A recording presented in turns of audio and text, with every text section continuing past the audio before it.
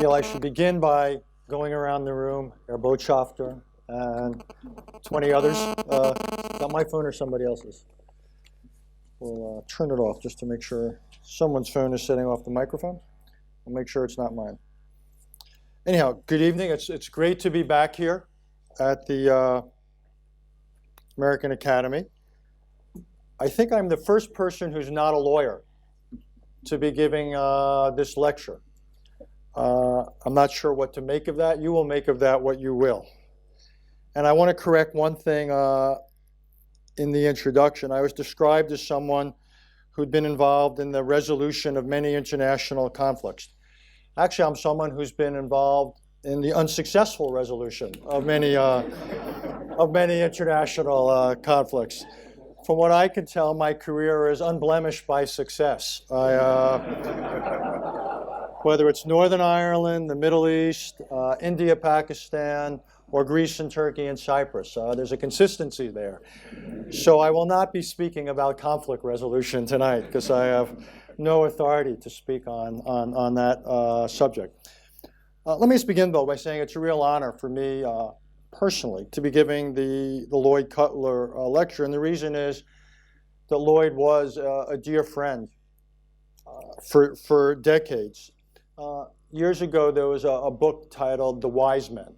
And Lloyd really was one of the wise men. And he was the White House counsel for, I think, at least once, probably twice. But he really was a counselor in every sense of the word. And he was the kind of person you went to, whether it was professional advice or life advice. And I'm also glad to say that his wife, Polly, also became a close friend. And in my office over the fireplace at the Council on Foreign Relations, as well as in our dining room, is a wonderful painting by Polly Kraft. So I've got a little Polly and Lloyd in my life as I go about it. And as I said, it's good to be back here at the American Academy. And again, I'm struck by how many connections I have besides Lloyd. The Kellens, Stephen and his grandson Andrew Gunlock have been great supporters of the institution I'm lucky enough to head. The Arnholds, Henry Arnhold and his family, again, extraordinary supporters. Richard Holbrook used to be on my board. Gail Burt's one of my closest friends, and just recently married one of my closest friends, whose career has likewise been unblemished by success, Martin Indig. So it's not too early to say. It's safe to predict. It's safe to predict. So it's good to be. And let me salute Gary. I told him I'd only spend 15 or 20 minutes tonight talking about what a job he's done, but he really does deserve great credit for making this such a vital venue of ideas. My idea tonight, I'm going to talk about some ideas, is to rethink American national security. That was what I was asked to do, and uncharacteristically, I will do what I was asked to do.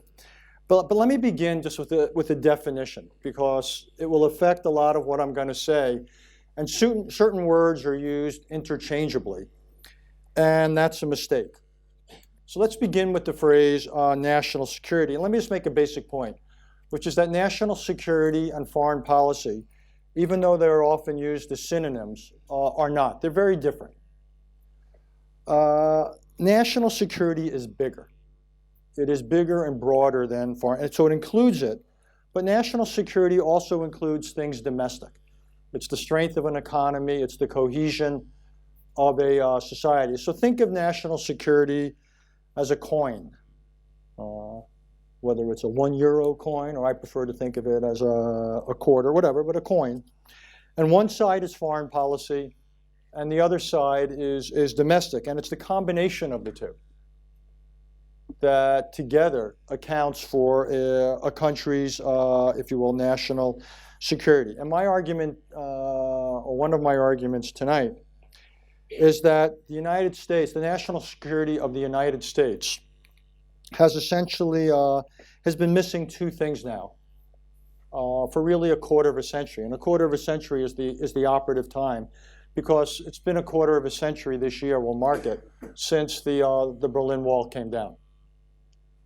And at the time the wall came down, the United States had a foreign policy strategy, a doctrine, if you will, of containment, which didn't answer all the questions, but often gave the United States considerable direction in what it did in the world. And the United States, in part because of this pressing national threat, there was a degree of domestic consensus about how to deal with certain issues with the society and economy. I don't want to exaggerate it. And US political debates were just that. They were debates.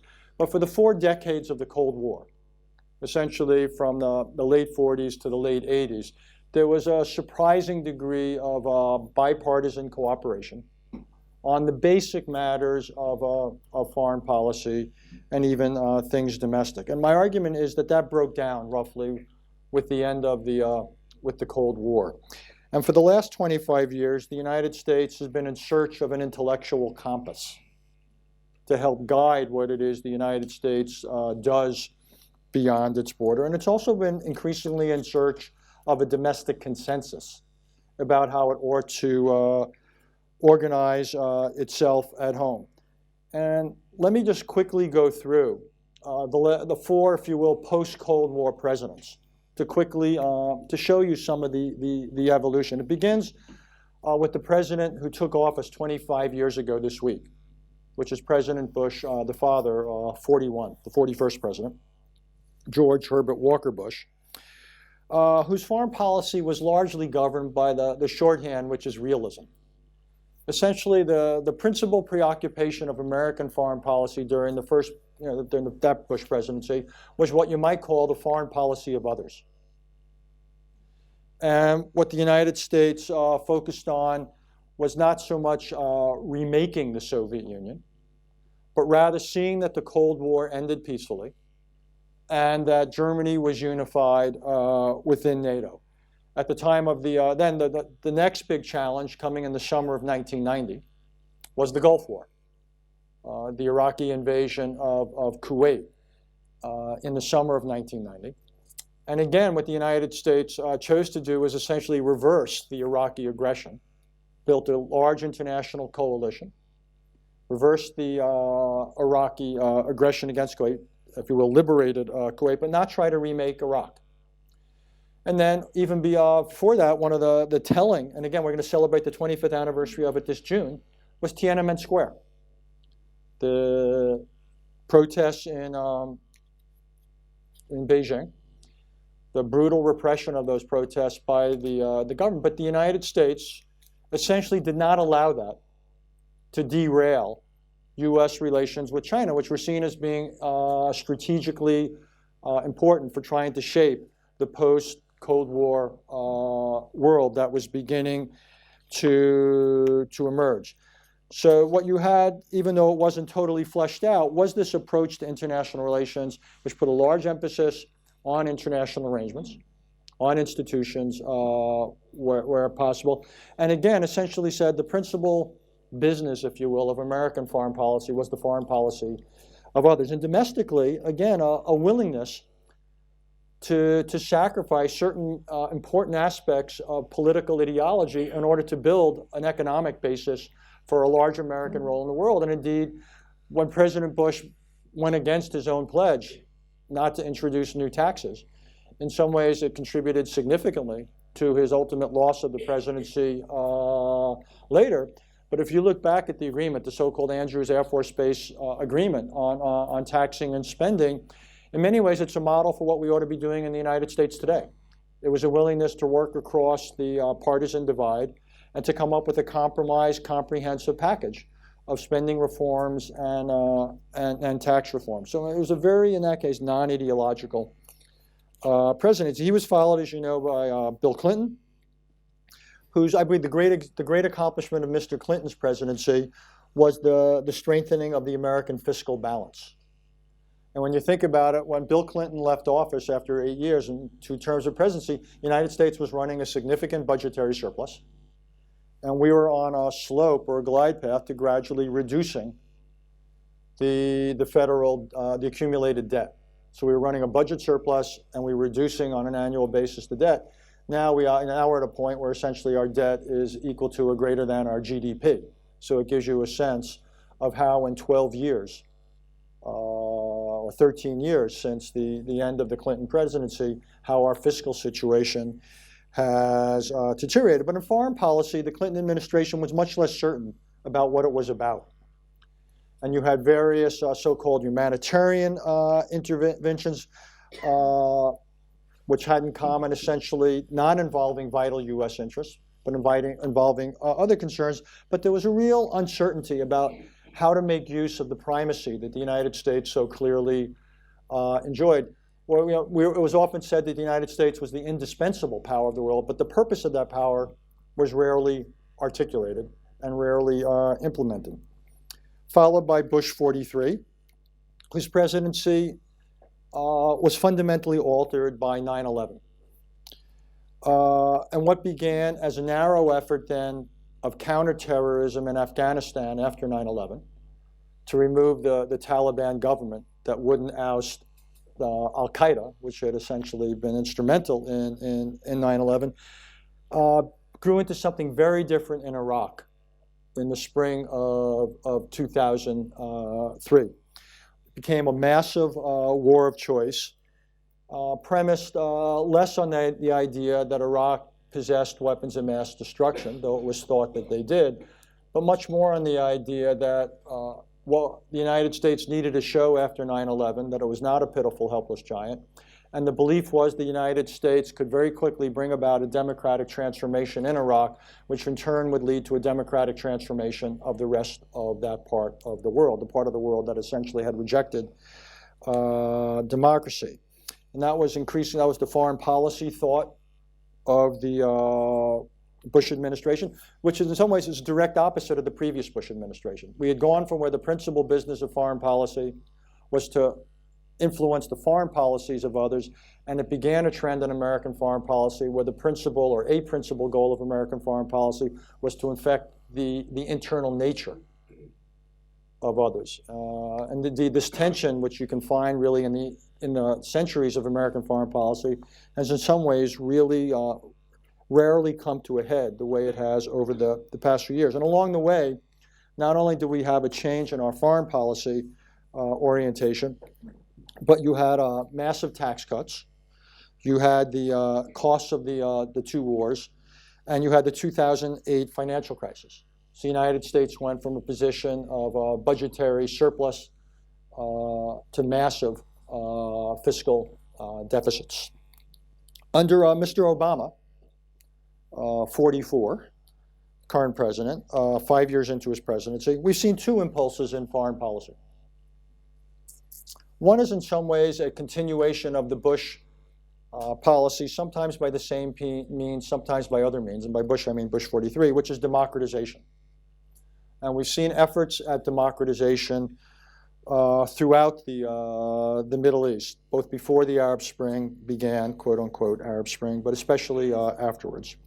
But we've also seen another big idea strategically in American foreign policy, which is the so-called pivot or rebalancing towards the Asia Pacific, and to move away from the Middle East in these two large wars, the Iraq War and by then the Afghan War.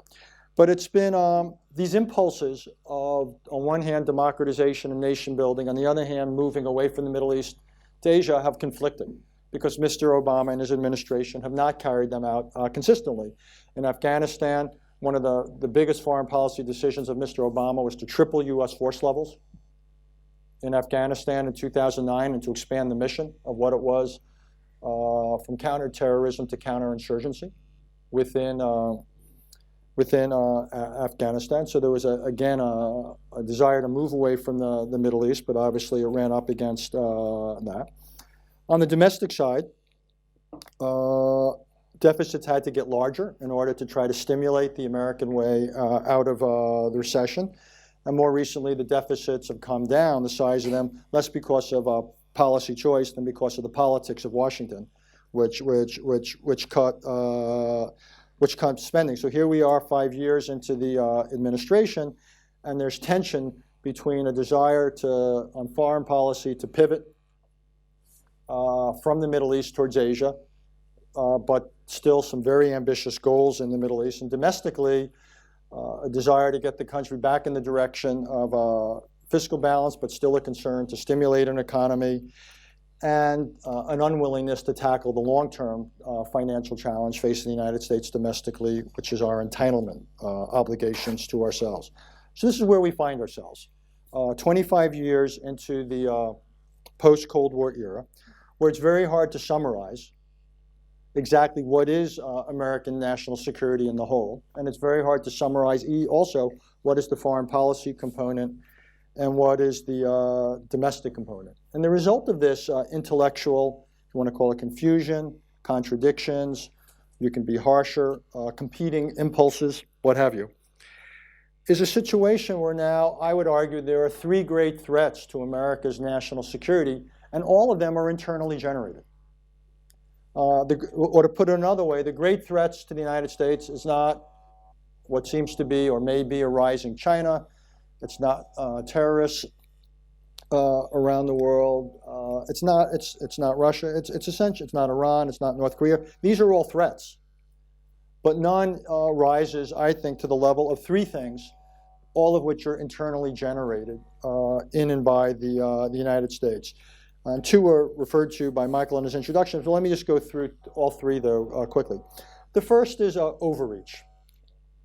One threat to America's national security is a national security that puts too much weight on the foreign policy side of the coin, and within that tries to do too much in foreign policy. I've already talked about Iraq in 2003, where the United States has spent probably north of $1 trillion.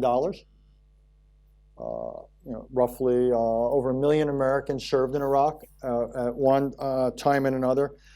And while it proved relatively easy to oust the ancien regime, it has proved extraordinarily difficult to put anything functional in its place. In Afghanistan, we've also gone through a large experience of counterinsurgency and now nation building. Again, nearly another 1 million Americans, indeed more than 2 million Americans have served in either Iraq or Afghanistan. Depending upon how you count the costs, it could be $1.5 to $3 trillion, depending upon what time scale you're looking at. And again, I would think there are not results, shall we say, that are commensurate with the investment. And more recently, the United States has also kept ambitious ends, but has tried to reduce the means.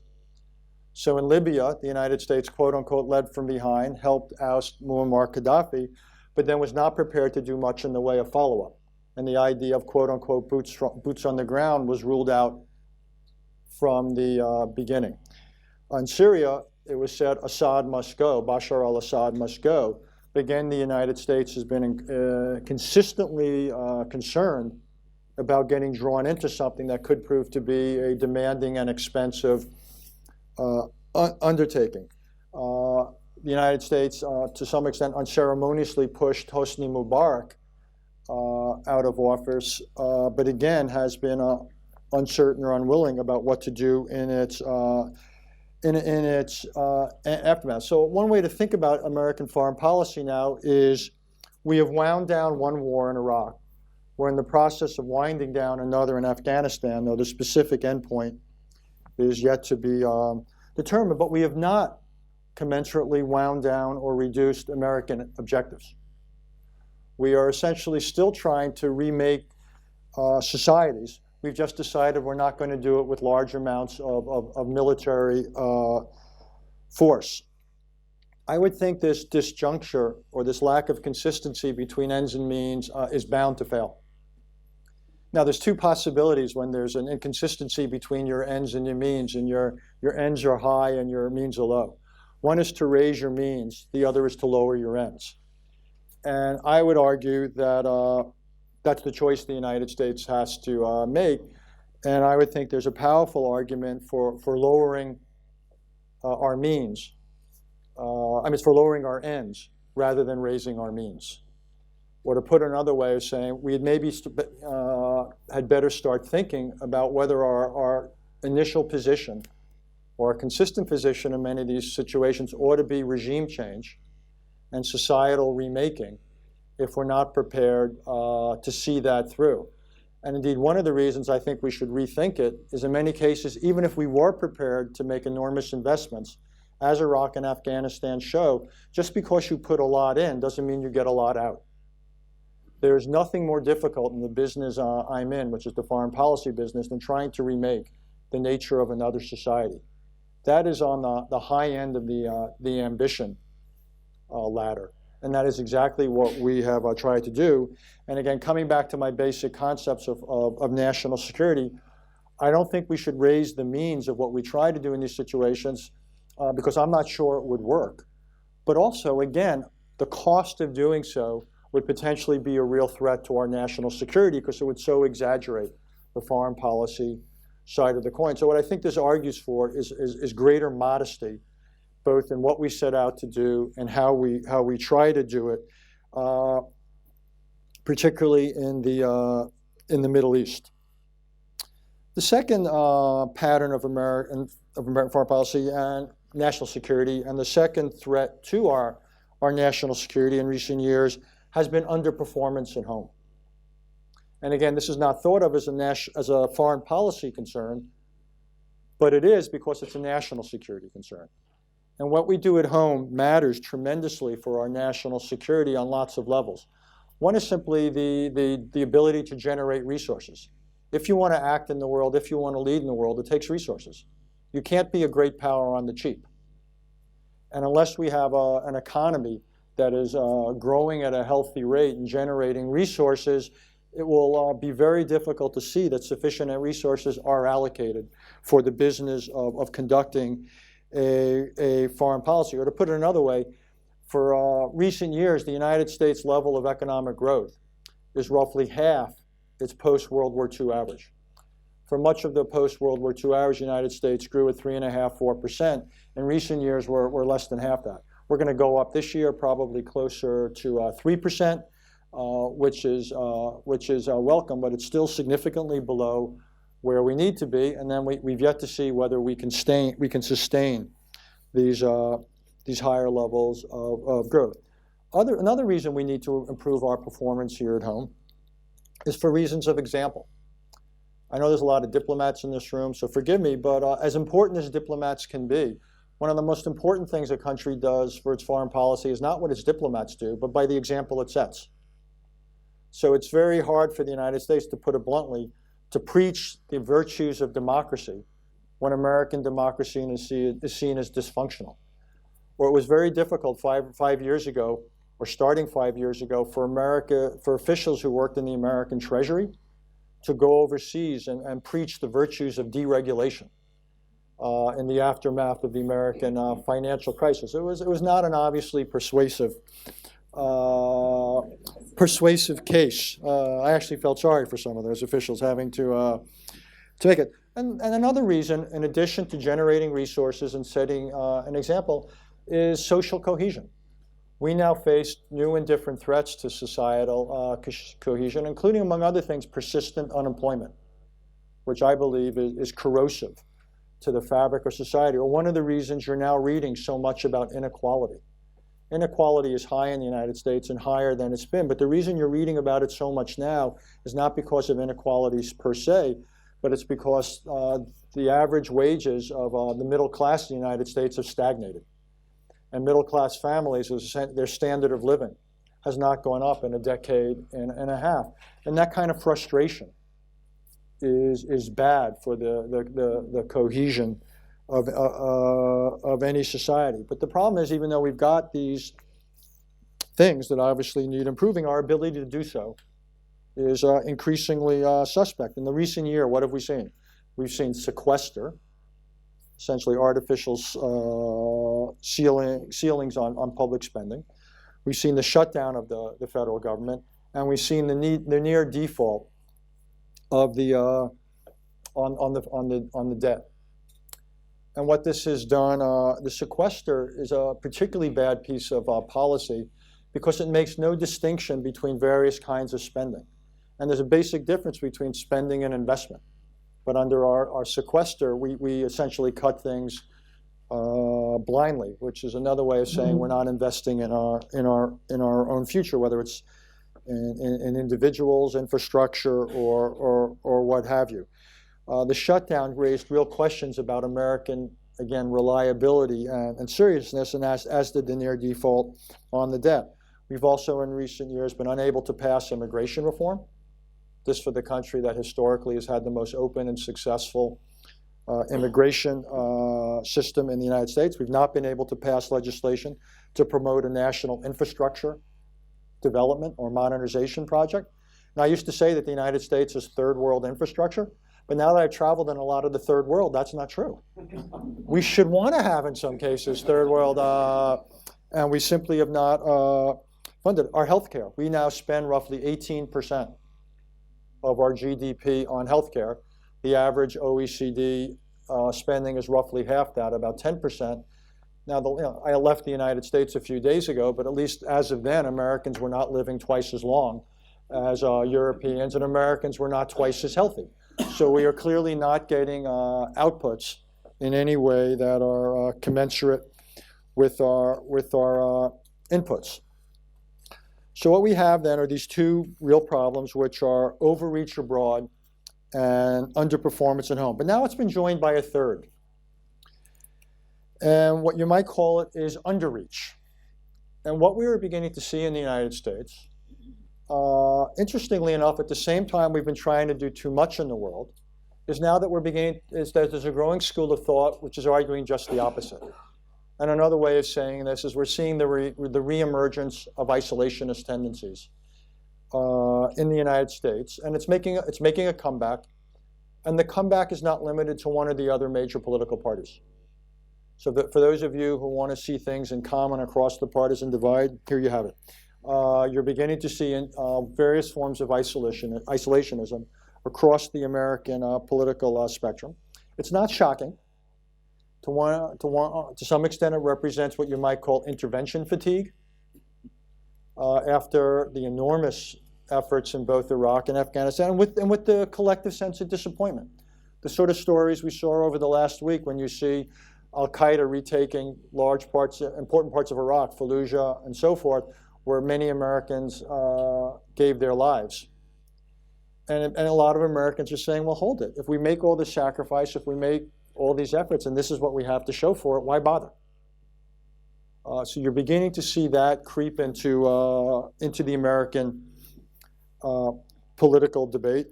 And you're also beginning to see it with, I think, because of the frustrating problems with the economy. That even though the economy is beginning to pick up, as I said, it'll probably grow at about 3% in 2014.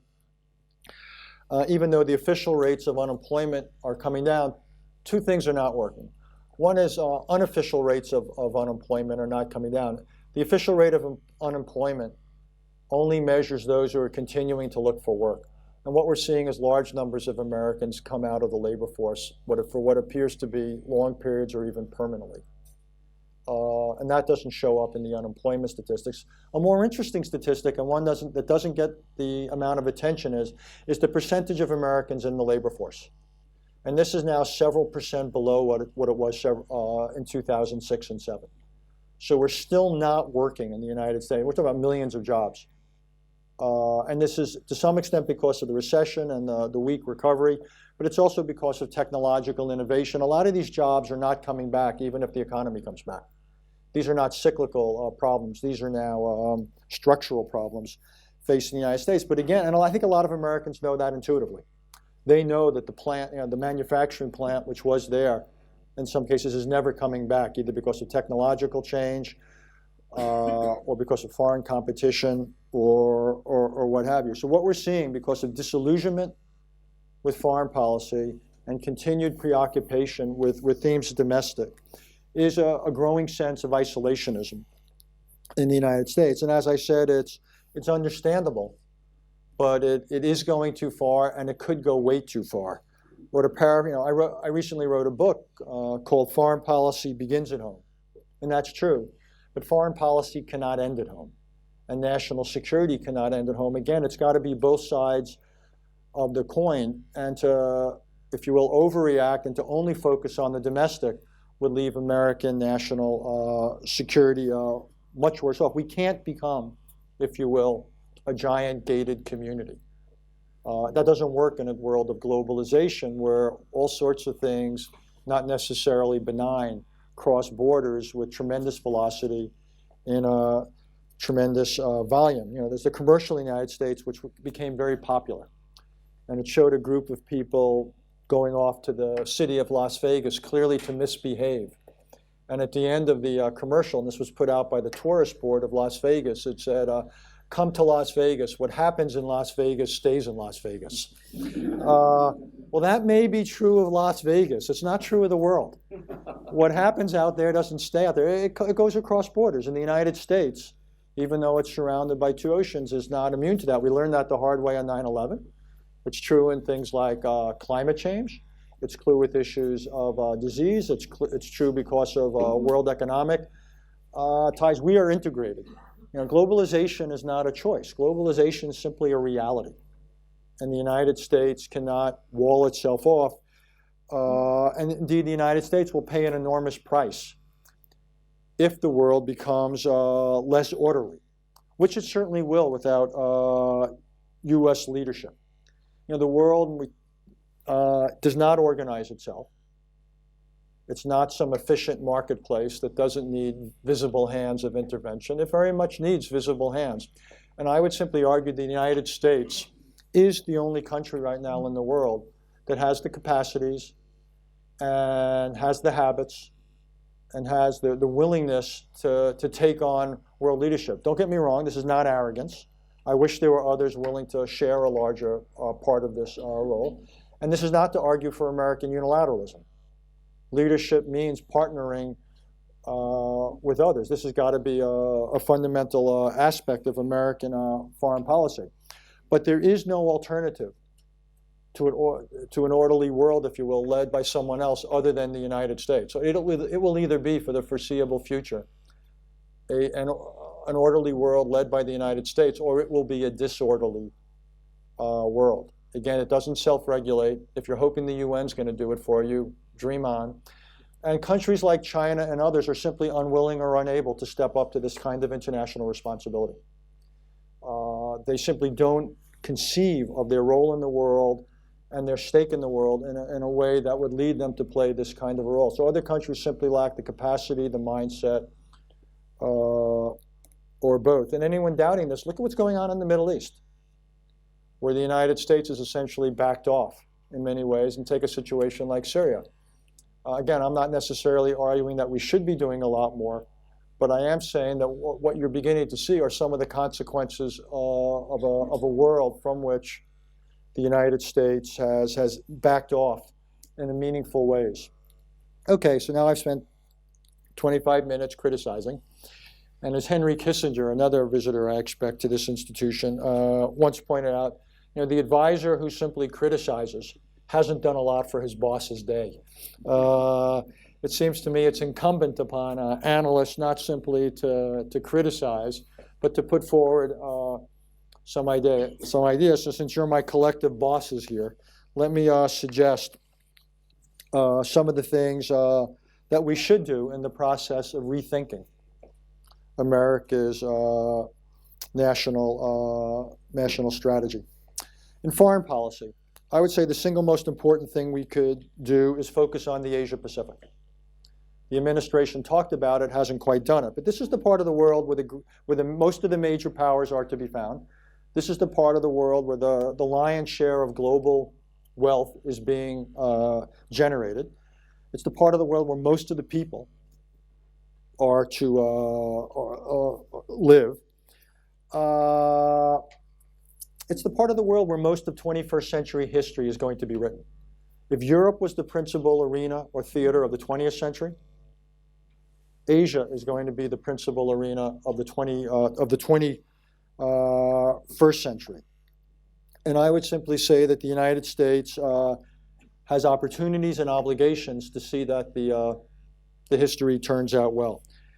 It won't do it by itself.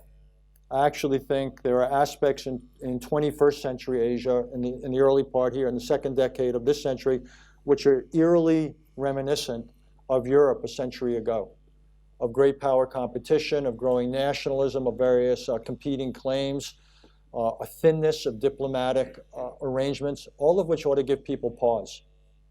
And because the consequences of conflict in Asia would be extraordinarily bad, and not simply for that. And I actually think the United States is in a particularly good position to help see that this doesn't happen, or if there are incidents don't escalate into conflicts. And in part, that's because what it would take to do this is not remaking other countries, but influencing their foreign behavior.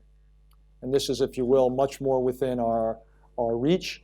We can use our military presence, our air and naval presence, our diplomacy, our relationships, and so forth to help do this. So this is, I would argue, ought to be the single biggest priority for American foreign policy. Second, ought to be what I would call narrowing the gap between global challenges and global arrangements. If you look at today's world, some of the biggest challenges are global. Climate change, maintaining an open world, monetary, trade, investment system, dealing with the threat of proliferation, the threat of terrorism, dealing with issues of global disease, and last but not least, coming up with the rules for regulating the digital world and the cyber world. In all of these areas, there's a large and in many cases growing gap between the technology and the challenges on one hand and the arrangements and the political and diplomatic consensus on the other. And trying to narrow that gap ought to be, I believe, a priority for American foreign policy. And the third priority, I would say, is the Western Hemisphere. The United States is on the verge of energy self-sufficiency. If you add up what the United States, Canada, and Mexico are now producing, basically you have Western Hemispheric energy self-sufficiency. Our two largest trading partners are to be found there. There's extraordinary reform going on in Mexico. This is now a population, if you add up the three countries, you're talking roughly 450 million people. This is an enormous and growing market. It is stable. And I would say that the United States ought to put tremendous emphasis on seeing that this part of the world lives up to its potential. Implicit in all this, but I'll make it explicit, is much less emphasis on the Middle East. I would focus on two things in the Middle East right now. One is the effort to see that Iran does not acquire nuclear weapons or get painfully close to them, that we can hopefully accomplish this through diplomacy. And secondly, that we, one way or another, try to limit the terrorism emanating from the Middle East, working with local partners when we can, doing it ourselves, or with other outside partners when necessary. But what I would do is essentially move away from the idea of remaking the Middle East. I would also move away from the idea of believing that we can solve the Israeli-Palestinian problem anytime soon, or that if we did solve it, it would contribute meaningfully to the remaking of the Middle East, which I believe it would not. So I really believe that the United States ought to make good on the so-called pivot to the Asia-Pacific and ought to significantly curtail, or not, it's too strong a word, significantly reduce its ambitions in the Middle East. That is on the foreign policy side of the coin.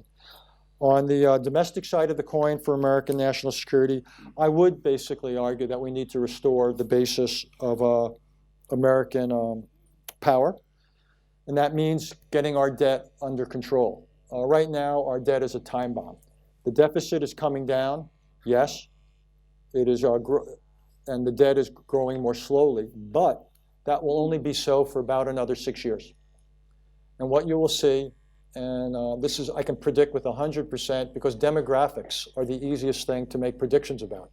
Because demographics are like super tankers. They don't change quickly. Super tankers can't turn on a dime. Super tankers, you can see where they are, you can see where they're going, and you can see where they're going to go. Same thing with demographics. And we know that in about 5, 6, 7 years, enormous numbers of Americans are going to retire. As the baby boomers retire, the obligations that will then have to be met are extraordinary, largely in the healthcare area, also in Social Security and retirement. And right now, we are on an unsustainable trajectory as more and more Americans reach that stage line. So we've got to do something about it, or we will find ourselves paying an ever-increasing percentage of our wealth to borrow money. And we know that's going to go up for one other reason, because it's not simply that we're going to have more people in need, but interest rates couple of bankers in this room, I'll make another fearless prediction. Interest rates in 6 years are going to be higher than they are today. I don't know how much higher, but I know they will be higher. And the combination of greater demand and more expensive borrowing means that the percentage of America's budget that will have to go to paying off the debt is going to rise. And that's not investment. That's the opposite of, that's rather than investing in your future, you're paying off the past. And that's the worst possible thing for a country to do. There's other things we need to do. We've got to pass comprehensive immigration reform. We've got to do something in our schools. So the single most important factor in education turns out to be the quality of teaching.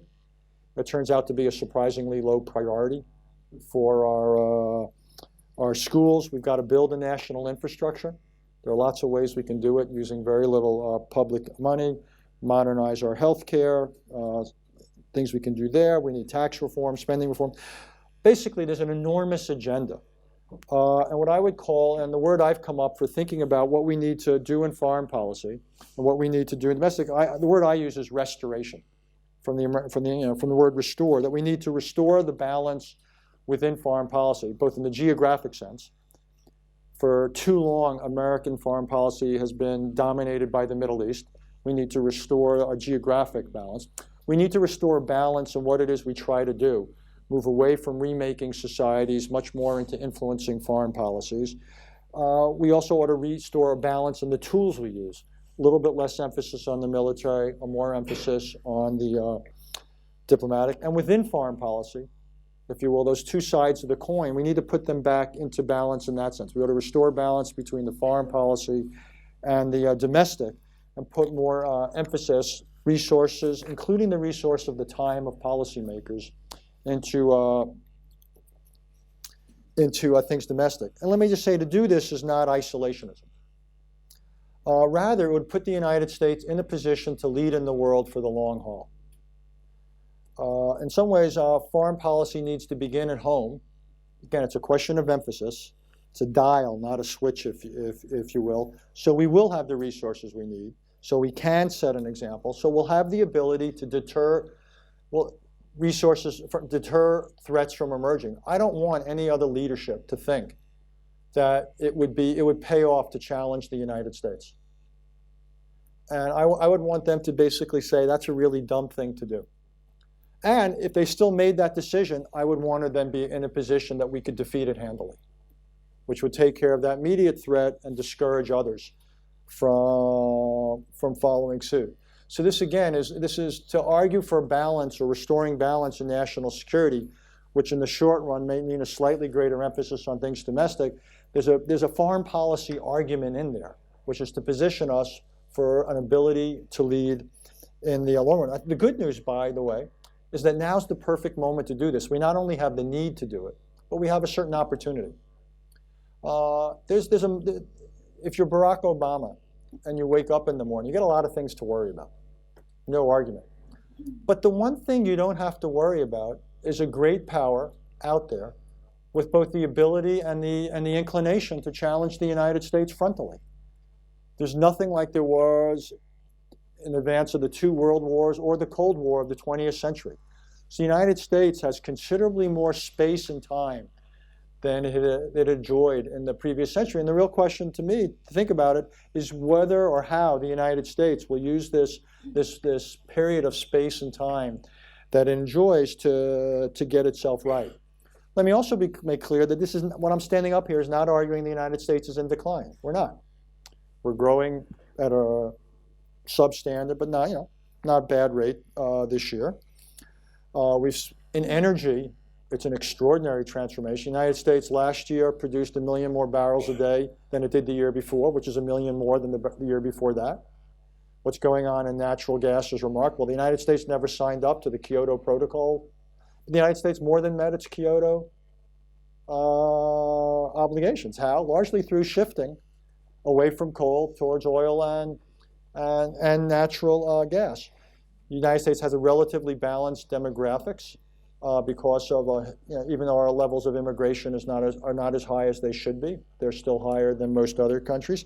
Innovation because of our universities, many of which are still are the world's elite, our venture capital pools, and so forth. There's a lot going on in the United States that gives us great capacity and great potential. And the real question is whether we will be able to channel it, and about coming up with a compass and a consensus on what we need to do on both sides of the national security. I'm not sure if we will. And I actually think the biggest challenge, again, then, is political and intellectual.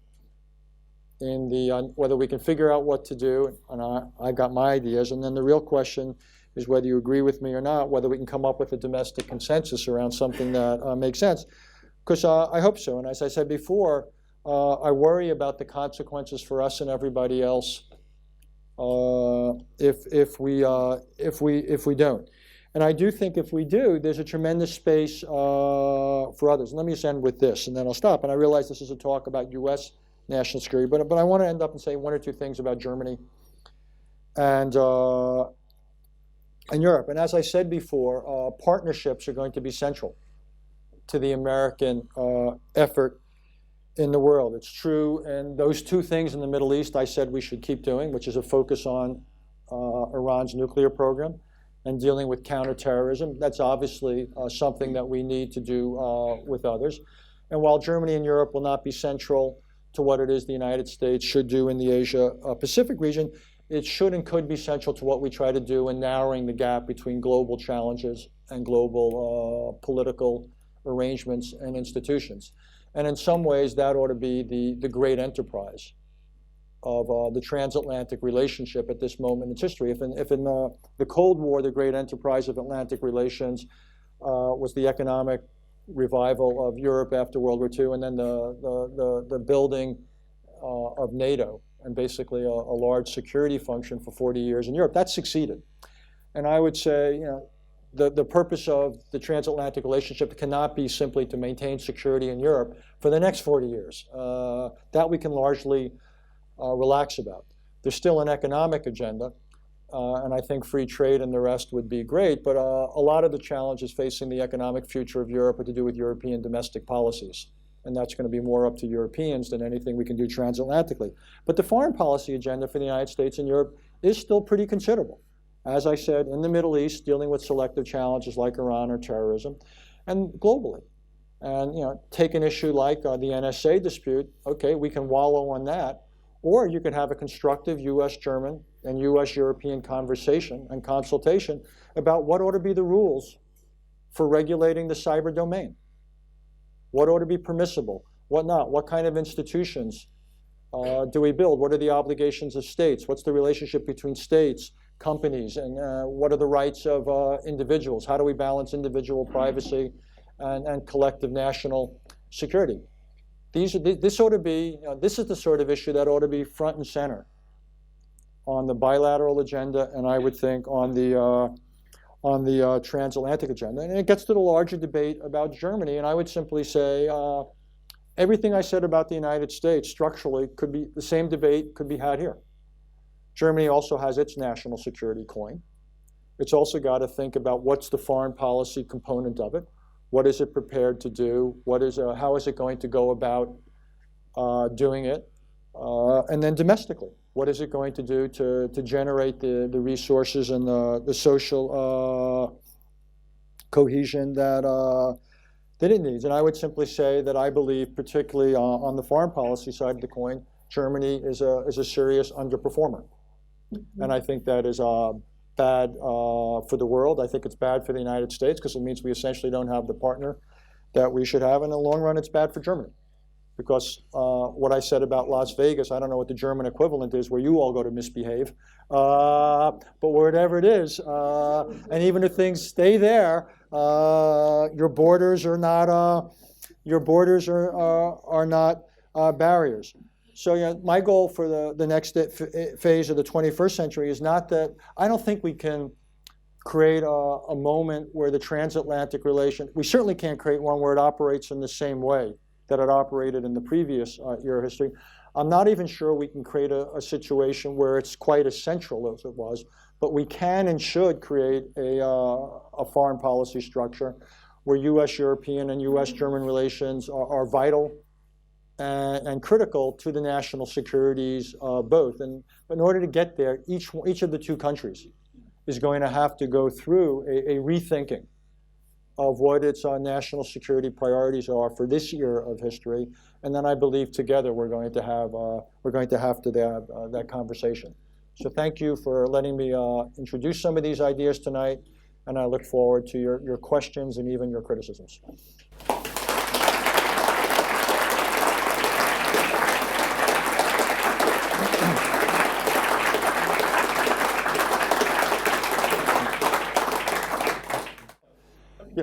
Okay? Yeah. Yes, ma'am. Yeah, do you have to wait for a microphone, I guess? Do you like people to introduce themselves or not?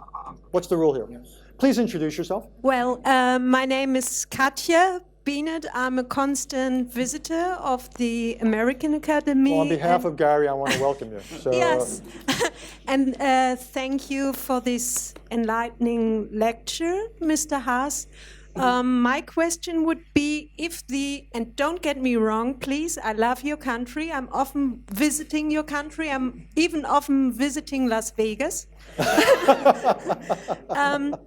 I want to know if the United States of America have the capacity to lead the world in the long run. Why is your lecture called Rethinking and not Resolving National Security or National Security Dysfunction? Well, so let me give you a very un-American answer. Resolving, the root of resolve is solution. And there's no solutions in history. So there's not an answer I can give you that would come up with an approach to national security that would then translate into an optimal solution for every challenge that's going to come away. What I'm simply saying is that we need to, let's only take one other point. I mean, even containment, which guided American foreign policy for 4 decades of the Cold War, and things ended pretty well. We had the peaceful end of the Cold War, German unification within NATO and the like, and we kept the Cold War cold, which, shall we say, was no small feat for 4 decades. So things went pretty well. But even with that, we made tremendous mistakes along the way in terms of the applications. And probably the most virulent debate of those decades was Vietnam, and whether that was the proper application of American power or not. So I can't stand here and say the goal is to resolve issues, but the idea, in my view, is to rethink it. I come out of a world where ideas matter, and what I'm basically saying is I think we have got to rethink, to use that phrase, to remember. I think Americans have lost sight of the fact that national security does have these various dimensions. There's an external dimension and an internal dimension. And what I've tried to do is get people to think more properly about the balance between them, between what we do at home and what we do in the world. And then on the foreign policy side of the coin, to come up again with, I think we've lost our way. I think in the aftermath of the Cold War, and particularly after 9/11, the United States has embarked on a series of efforts which I believe have distracted us, have distorted what ought to be our approach to foreign policy, and it's largely by too much focus on the Middle East and too much emphasis on remaking it. Now, don't get me wrong. I would love to see a Middle East where everybody reads the Federalist Papers in Arabic translation. That would be welcome and then some. But I don't think it's going to happen anytime soon. And I don't think having hundreds of thousands of Americans in uniform in the Middle East is going to have it happen anytime sooner. So I really do believe we need to first rethink and then act differently as a result of what I'm hoping is a spirited public debate. And what worries me now is we're not so much rethinking American foreign policy as we're reacting to it. And that's where the growth of isolationism worries me, is that we've had some painful, expensive experiences, and rather than thinking them through, we're reacting to it, and we may, if you will, overreact. And so, when I wrote the first version of my most recent book and published it about a year ago, I was very worried about this idea of overreach and trying to do too much. Now, I just finished the foreword to the paperback edition, which is coming out this spring. I'm now just as worried about the opposite. I'm just as worried about this large and growing number of Americans in both parties who basically think we can somehow ignore the world, that it's impossible to do good. Well, that's not true either. It is possible to do good, to do great good. And they're kidding themselves if they think we can ignore the world and be safe and prosper. So we're reacting, if you will, to our experiences rather than learning the lessons of them. And that's a dangerous thing. So that's my humble or not so humble effort to affect this what I think ought to be a serious rethinking. Sure. My name is Clemens Vagin. I'm the foreign editor of Die Welt, a newspaper group, a national German newspaper group. I've heard of it. Yeah, we think of ourselves as a digital media group that happens to publish a paper too. So, my question is twofold. The first would be the scenario outlined on how you see a future American foreign policy. What would that mean for Syria? And the second question would be, and I'm going to elaborate on that, and where does that put Europe with regard to the Middle East?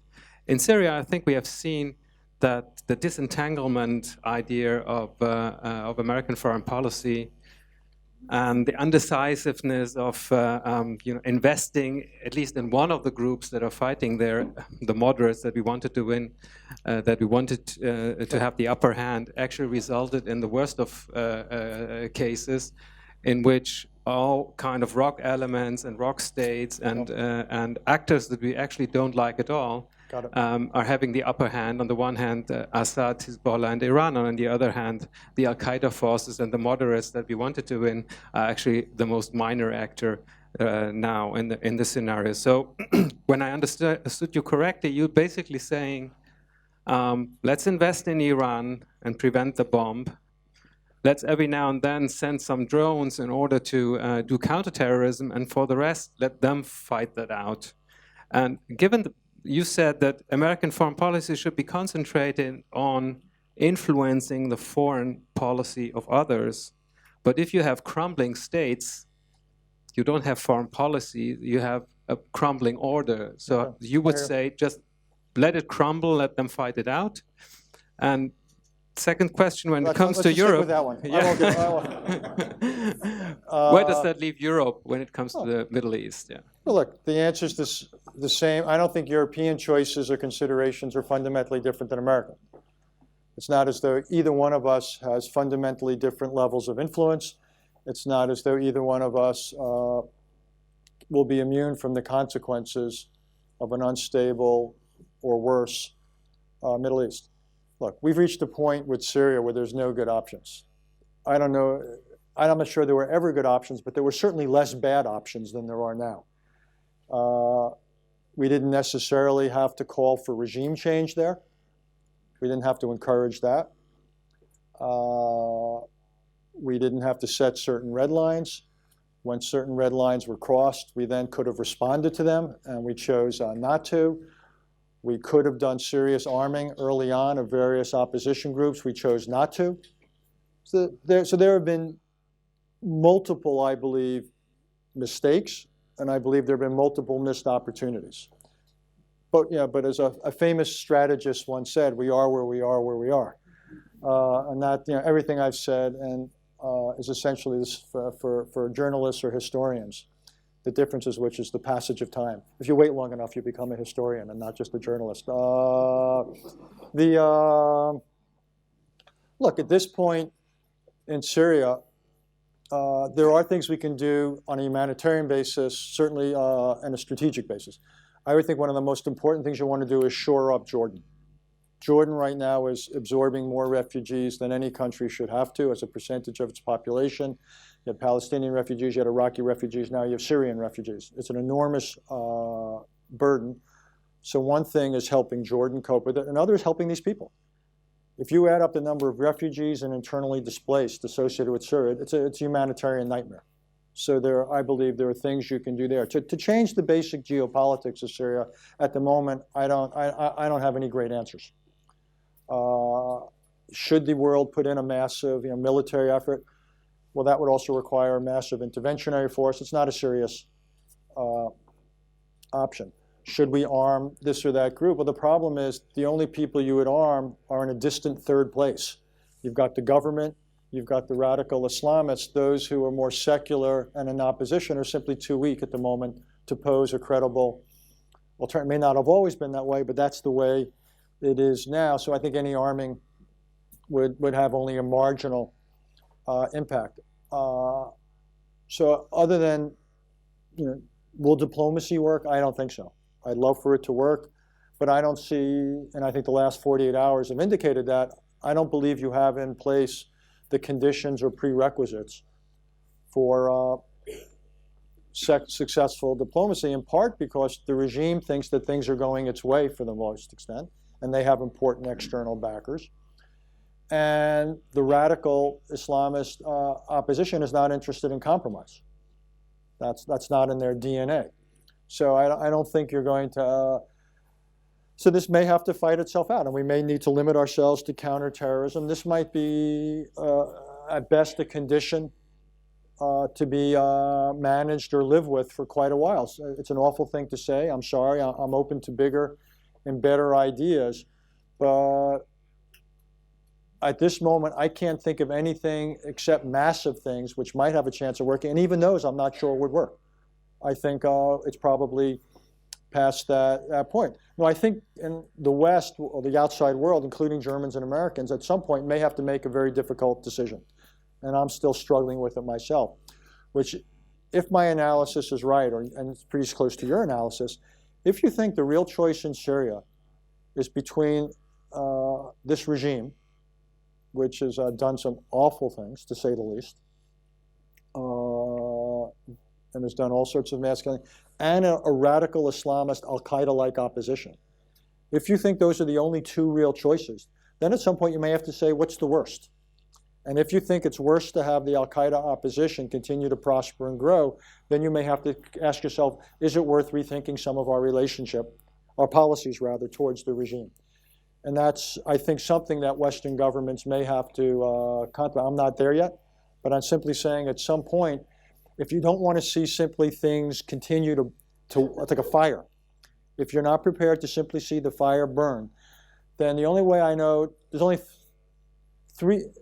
two ways to stop a fire from burning, besides diplomacy, if people want to voluntarily end it. One is to try to put yourself in. You become the fire department. And I don't think that's a viable option here because of what it would take. The other is to strengthen one side or the other. And we would have to ask ourselves whether there is a less bad party, if you will. And that obviously would mean potentially the regime. And that's a big idea. It's a controversial idea. Like I said, I'm not there. But at some point, we may have to think about whether it's, even though it's evil, is it lesser of two evils? And is that something that Western strategy, now there might be a way of promoting some kind of reconciliation between that regime and certain opposition elements. It might be a way of leveraging a change in outside policy for changes in behavior on the part of the regime. So there might be some possibilities there. Not to, if you will, think, so far diplomacy has largely been designed towards ending the civil war. A different way to think about diplomacy is to strengthening one or another parties and to reshape the parties. And I would simply say that's worth thinking about. Yes, ma'am.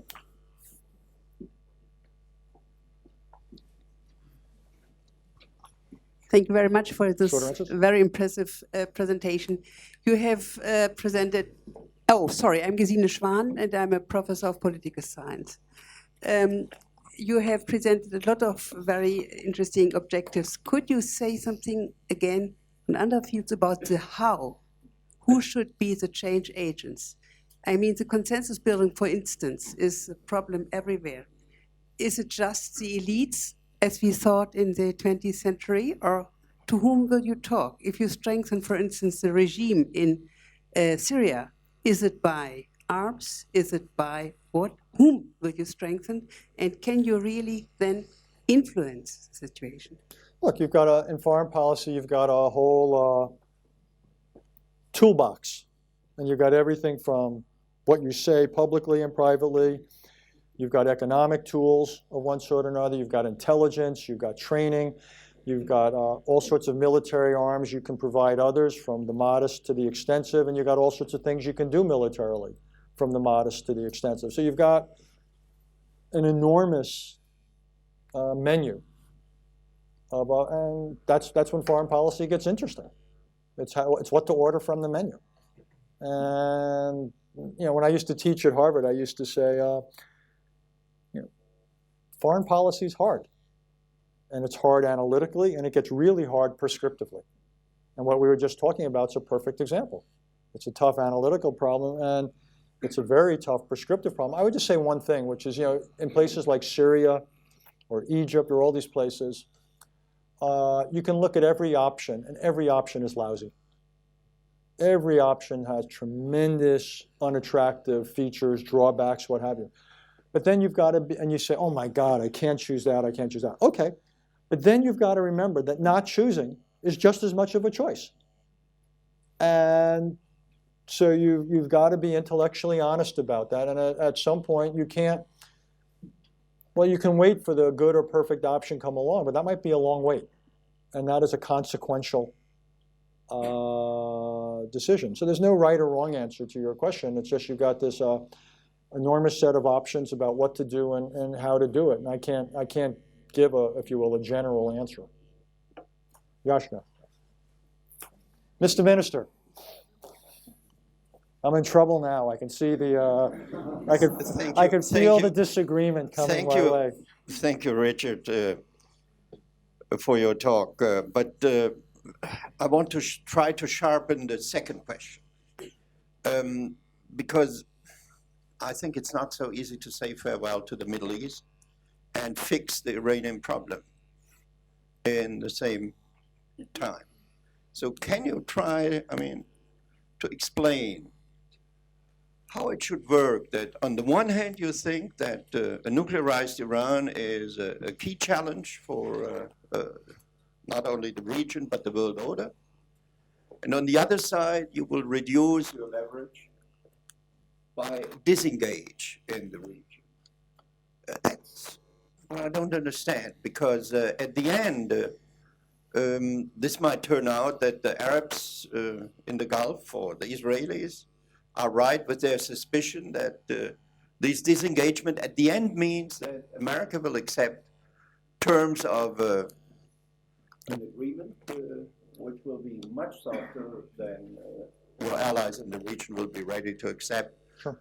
Not to mention the outfall of such a, let me say, bad compromise.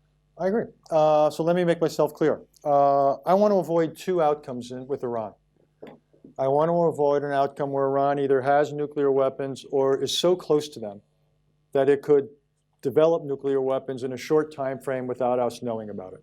So I want to avoid that. That's one extreme. The other is I want to avoid going to war with Iran. I would rather not go down that path for all the obvious reasons. It would be, I'm not sure what it would destroy initially, and I'm not sure what it would set in motion. So I think people who talk about it with great confidence and are very, I always say, maybe, but I wouldn't bet on it. Okay, so then you're in between, and the question which puts the emphasis on diplomacy. So I'm not saying farewell to the Middle East, as I said.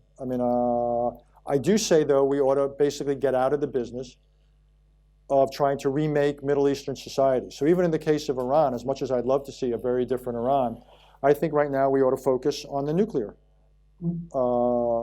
There's people out there who are saying, well, we shouldn't just focus on the nuclear. We should try to make Iran a democracy and take care of this. No, it's too much.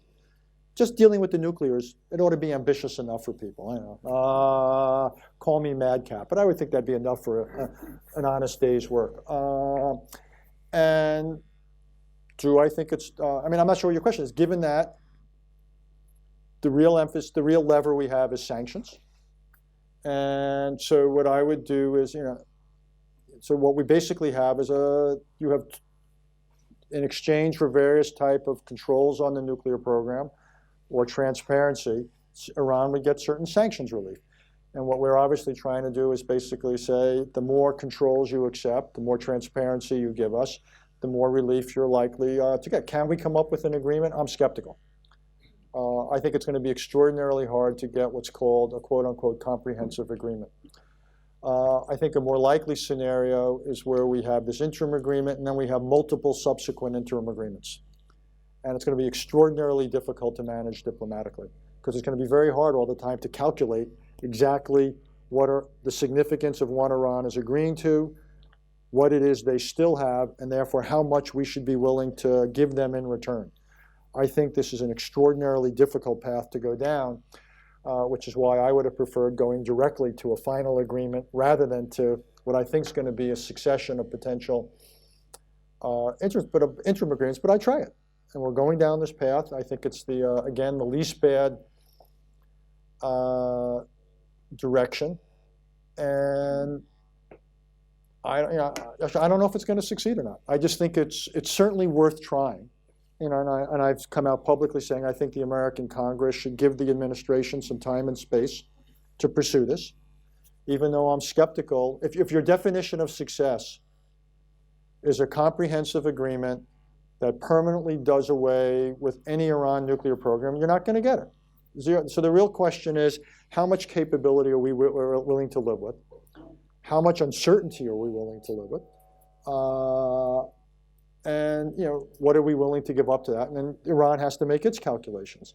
And at the end of the day, one way to sum it up is there something that's enough for Iran and not too much for us? I don't know. I want to find out. And that seems to me that's a legitimate exploration. We just need to do it in a hurry. I don't think we've got a whole lot of time to carry out this exploration. Oh, yes, sir. Lots of ministers here.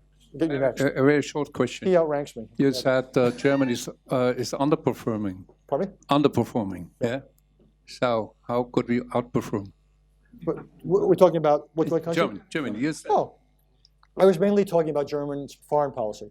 That I think that Germany's foreign policy is far more modest than it could and should be. I would like, I think Germany could conceivably, and I realize Afghanistan's been a rough experience, but I hope that does not, if you will, trigger a kind of aversion to all forms of involvement in the greater Middle East. I would think that Germany could potentially have a large role in counterterrorism type efforts. And again, I would think that Germany's could have a large role economically, for example, in helping the Jordans and others of the region, some of what it's doing already.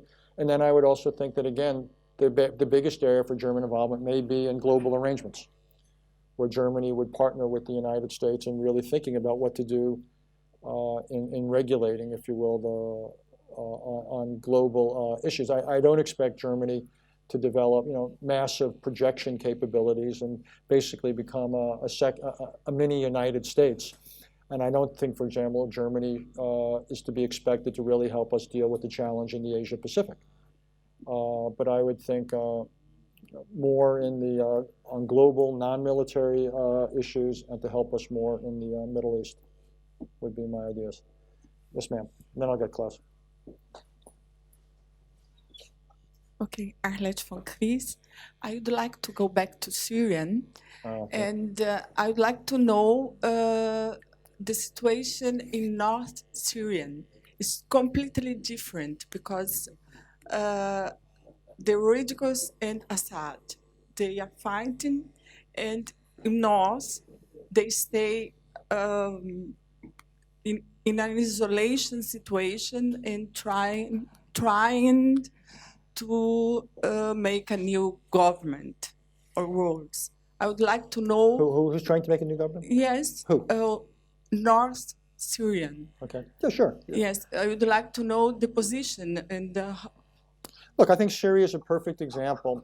You can have lots of people either trying to who are going to be controlling de facto parts of the country. This is the future of the Middle East, where you have governments that are not in control of their territory. And you see it in Iraq. You've seen it in Lebanon for decades. You're beginning to see it now. It's significantly in Syria. And again, I think this is welcome to the new Middle East.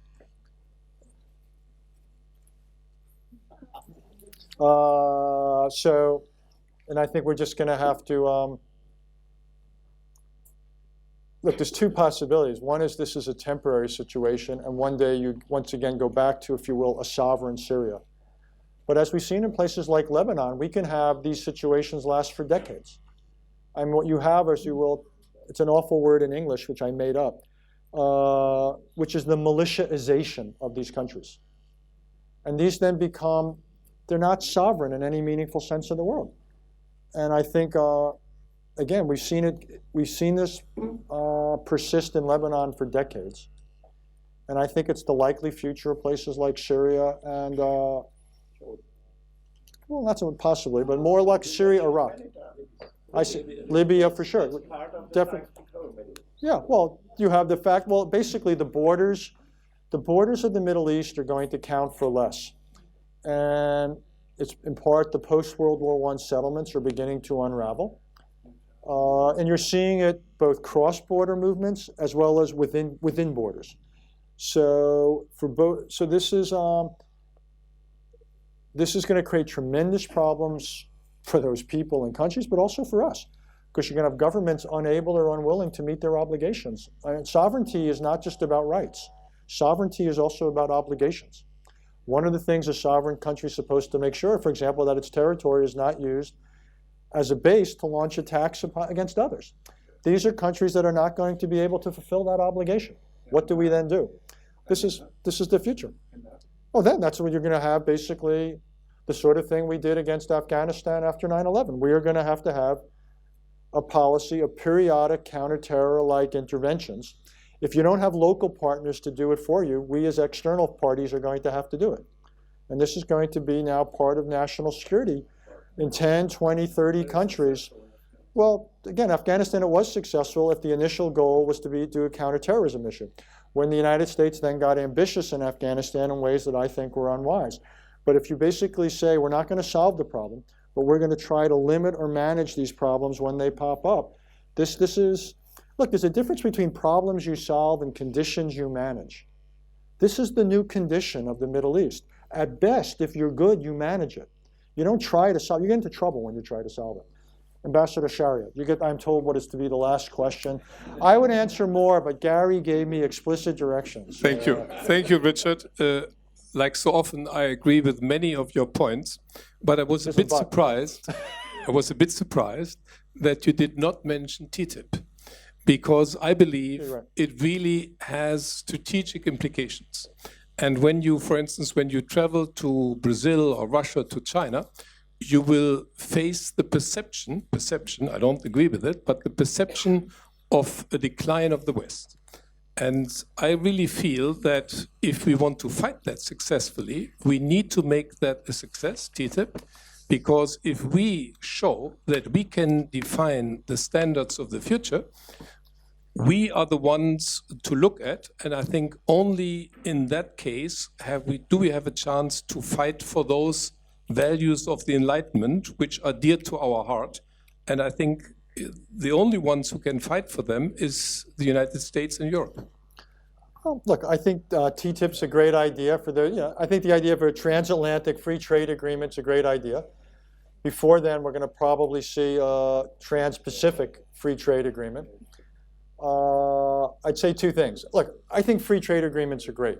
I think they're great economically, and I think they're great strategically. So I would love to see both. I'm worried a little bit, which I think, but part of the new isolationism in the United States, I worry if there's also a new protectionism. So I actually think I think it will be not impossible, but difficult to secure congressional passage of free trade agreements. And I think one of the real challenges facing Mr. Obama's presidency will be to do that. And I'm hoping, and I'll do everything I can to see that he succeeds, not that I'm an important voice, but I just think it's a big test, given how American politics has moved. What might make it a little bit less difficult is if the American economy starts growing at a faster rate, that would create a context, I think, where we have a better chance of securing passage.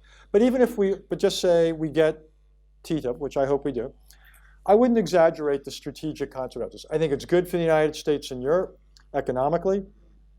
It's not, though, a substitute for things each of us need to do. We still need to do infrastructure improvement, educational reform, healthcare reform, corporate tax reform. I can go down the list. Europe still needs to do many things to improve labor mobility, needs to rethink its safety net, and so forth. So it's not a cure-all.